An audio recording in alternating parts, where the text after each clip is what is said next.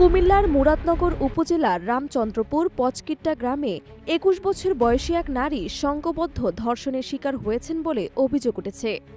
যদিও ঘটনার ৫ দিন পেরিয়ে গেলেও ভুক্তভোগীর ডাক্তারি পরীক্ষা এখনও সম্পন্ন হয়নি, যা মামলার ভবিষ্যৎকে অনিশ্চয়তার দিকে ঠেলে দিচ্ছে। অভিযোগ অনুযায়ী গত ২৭ জুন রাত ১০টার দিকে ভুক্তভোগী বাড়িতে একা ছিলেন। সেই সুযোগে স্থানীয় এক প্রভাবশালী ব্যক্তি ফজর আলী এবং তার ৪ সহযোগী আনিক, সুমন, রমজান এবং বাবু ঘরে ঢুকে তাকে ছুরি ধরে ধর্ষণ করে। ঘটনার সময় অভিযুক্তরা ভিডিও ধারণ করে এবং তা সামাজিক যোগাযোগ মাধ্যমে ছড়িয়ে দেয়।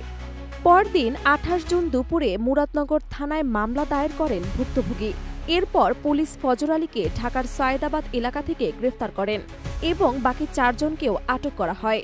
তাদের বিরুদ্ধে নারী এবং শিশু নির্যাতন দমন আইনের পাশাপাশি পর্নোগ্রাফি নিয়ন্ত্রণ আইনেও মামলার প্রস্তুতি চলছে।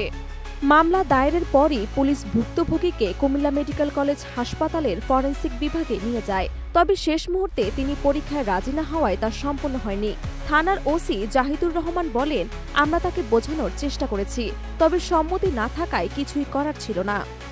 ভুক্তভোগীর এক আত্মীয় জানান, পুলিশ হেফাজতে ফজর আলীকে নির্যাতনের ভয় দেখিয়ে আমাদের ওপর মানসিক চাপ সৃষ্টি করা হয়েছে। এতে সে ভয় পেয়ে পরীক্ষা থেকে সরে দাঁড়ায়, তবে আশ্বাস পেলে সে আবার রাজি হতে পারে।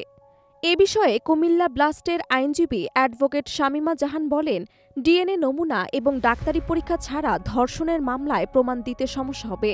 সময়মতো এটি না করায় মামলাটি দুর্বল হয়ে পড়তে পারে। ফরেনসিক বিভাগের সহকারী অধ্যাপক ডক্টর শারমিন সুলতানা জানান, ভিকটিমের সম্মতি ছাড়া কোনো পরীক্ষা আইনত করা যায় না। অতিরিক্ত পুলিশ সুপার AKM কামরুজ্জামান বলেন, ভুক্তভোগী চরম মানসিক ট্রমার মধ্যে রয়েছেন। তাকে স্বাভাবিক জীবনে ফেরাতে মনোসামাজিক সহায়তা প্রয়োজন। অভিযুক্তদের বিরুদ্ধে কঠোর ব্যবস্থা নেওয়া হবে। তবে অধিকারকর্মীরা বলছেন, তদন্তে দেরি বা প্রমাণ সংগ্রহে গাফুলতি হলে মামলাটি ভেস্তে যেতে পারে। এখন সময় দ্রুত এবং মানবিক পদক্ষেপ নেয়ার।